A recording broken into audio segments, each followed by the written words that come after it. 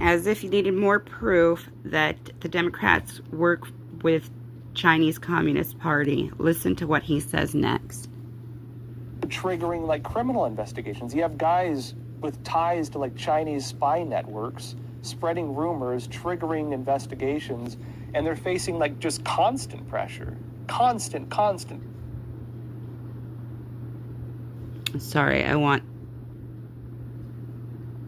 the title shown. Which, by the way, is tied in with one of the other CCP's warfare operations. It's called the three warfares: psychological warfare, media warfare, and legal warfare. Mm-hmm. It's called the three warfares. It's adopted into actual Communist Party military code. This is actually one of the main war programs of the People's Liberation Army. Three warfares.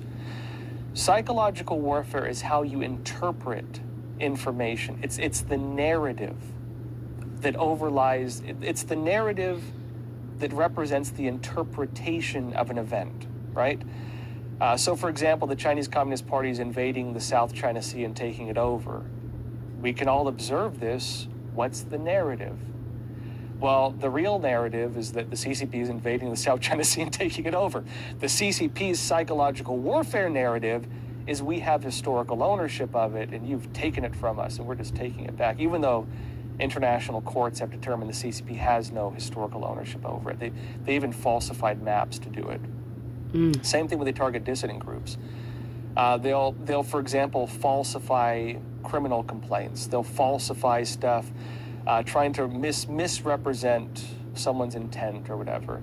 Whenever the CCP wants to arrest a dissident or arrest someone who's escaped China, they'll say it's an anti-corruption campaign, and they'll cook the books on the Chinese side to, misrepresent things and go after people. They do it all the time.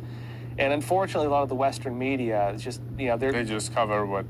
They're like dogs eating out of the CCP's hand, a lot of them. And I'm trying to be nice, but that's not what journalism is, where you just repeat everything you're told. Because we probably trust a government. We are kind of trained to trust government outlets, and if there's a PIO from a government agency saying this is what's happening, then you just report it.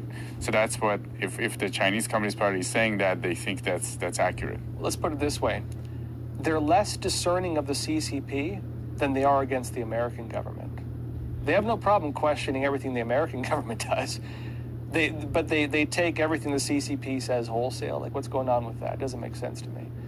But back to the point of this, right? Back to the point of this. Psychological warfare, the narrative, media warfare,